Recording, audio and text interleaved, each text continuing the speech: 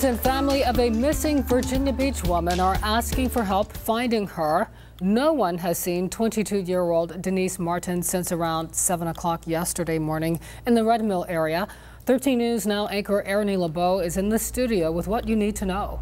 Yeah, Denise Martin recently moved back to Virginia Beach with her family after graduating from Longwood University in Farmville. Now her college roommate is working with her family, spearheading a search to find her.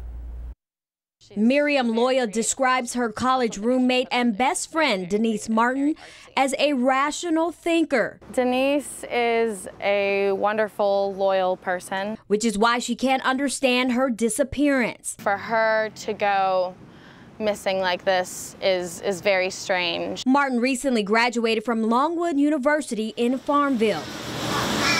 She came back home to the Red Mill area of Virginia Beach to live with her father and younger brother until she mysteriously disappeared. I gave her a call later on Monday evening as I was on our way to our old apartment to pack up our stuff. And I didn't hear back from her, and then the following morning I heard from her father that she was missing. Tuesday morning, Denise's father says she was in the shower when he left for work and her younger brother was sleeping.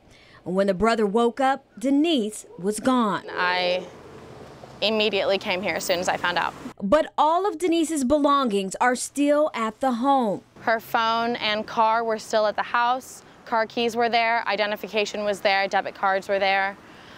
So immediately it brought up red flags. Now, family and friends are posting pictures of Denise on social media and organizing a search party, looking for any clues that can explain Denise's disappearance. At first it was nothing but disbelief, and now it's just, I have a mission, and it's to bring Denise home.